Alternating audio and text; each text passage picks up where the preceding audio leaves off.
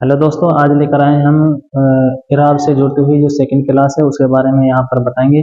और इससे पहले मैंने एक और क्लास बन डाली है इसी की, और उसमें बताया है इराब किसे कहते हैं, इराब के बारे में पूरी डिटेल में बताया है। अब उससे आगे चलते हैं, हम इराब की जो अलामत हैं उन पर बातें करेंगे, सिर्फ इससे ज़्यादा कुछ नहीं करेंगे। जो जो मेन बातें हैं उन्हीं पर ही बातें करेंगे, और जो ज़्यादातर सवालात जिससे बनते हैं उन्हीं पर ही हम स्पेशल यहाँ पर चर्चा करेंगे। तो दोस्तों, मैं आपके लिए बता दूं कि इससे जितने भी सवाल बनेंगे आप इस क्लास को देख लेना। अगर इससे बाहर आपका क्वेश्चन चला जाए तो मेरे को जरूर बताना, क्योंकि ये जो क्लास है स्पेशल अलामत से है। अलामत क्या है कि उसकी पहचान है, और इसी पहचान से जितने भी हमारे सवाल आते हैं और आए हैं अब तक, इसको देख लेना और उनको निकाल लेना। अगर आप गलत हो जाए तो मुझे जरूर बताना, क्योंकि ये क्लास हमने इसी तरह तैयार करी है। ज़्यादा शॉर्ट है, ज़्यादा कुछ गहराई में है नहीं है। जो मेन बात है उस पर बातें करेंगे, और बाकी और चीज़ों से हमें छोड़कर चलना है, क्योंकि हमें कंपटीशन में सिलेबस के बेस पर ही तैयारी करनी है। तो चलिए करते हैं इसकी शुरुआत, और अगली वीडियो मैंने इसकी डाल दी है, उस क्लास में जरूर देखना। और यहाँ पर बताऊंगा मैं आपको इराब क्या है, किसे कहते हैं। चलिए दोस्तों, यहाँ पर जैसे मैं बताया पहले भी आपको, इराब है उसमें जेर जबर पेश और तस्दीद जजम ये सब आती हैं। उसी के बारे में यहाँ पर बताया, जैसे कि जबर, जबर को अरबी में क्या कहते हैं? जबर को अरबी में फतह कहते हैं। जिस पर ये लगा होता है फतह भी कहते हैं, और जिस पर ये लगा होता है उसे मफतुआ व मंसूब भी कहते हैं।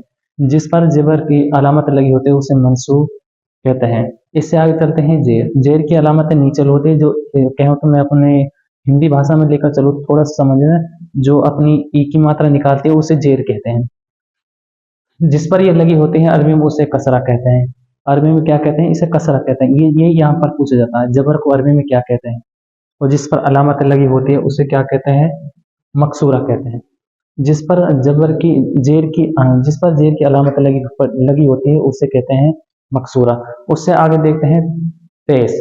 पेश क्यों तो मैं इसे ऊ की मात्रा निकालते हैं, क्या होती है इसे ऊ की मात्रा निकालते हैं। और इसको ही जिस पर अरबी में कहते हैं जमिया, जिस पर ये लगी होती है उसे अरबी में कहते हैं जमिया, जमा या रफा भी कहते हैं। और जिस पर ये अलामतें लगी होती हैं उसे मजमूम या मरफूए भी कहते हैं। जिस पर ये पेश लगा होता है उसे मजमूम या मरफूए भी कहते हैं। उससे आगे देखते हैं हम जजम। जजम इसका दूसरा नाम है सकून। जजम दूसरा नाम क्या है? जजम का दूसरा नाम है सकून। और उससे अगला है हमारे पास तस्दीद। तस्दीद का मायने है जिसको हम डबल बार पढ़ते हैं, जैसे कि इसका दूसरे नाम से क्या होते हैं, इसे अरबी में कहते हैं मुसद्दद। और जैसे यहाँ पर ये है अल्लाह, क्या है? अल्लाह, मदद, मदद। इस तरह के जो अल्फाज आएंगे किस्म जाएंगे, तस्दीद में जाएंगे। उसके उससे आगे है तनवीन। तनवीन जिस पर ये अलामत लगी होती है उसे मनून भी कहते हैं। जैसे किसी हरफ पर ये अलामत होती है, जैसे आ ई उ, आ ई उ। कहने का मतलब ये है, ये किसी अल्फाज के आखिरी में आएगी, किसी हरफ के आखिरी में आएगी, और उसमें आखिरी में आने के बाद एन ने की आवाजें निकालेगी, जिसे हम कहते हैं। और जहां पर भी लगी होती है अलिफ दो जबर अन, अलिफ दो जीरिन, अलिफ दो पेशो, इस तरह से ये आखिरी में आपको मिलेंगे। और इसी से ही हमें ये पहचान करनी है कि ये तनवीन का है।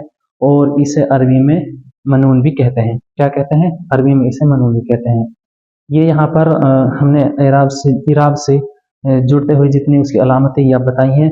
और अगर आपको इसमें से भी ये लगे कि हमें इसमें कुछ डाउट है, मुझे कमेंट में ज़रूर बताना। और इससे आप किसी भी इम्तिहान के सवालात को ले लेना।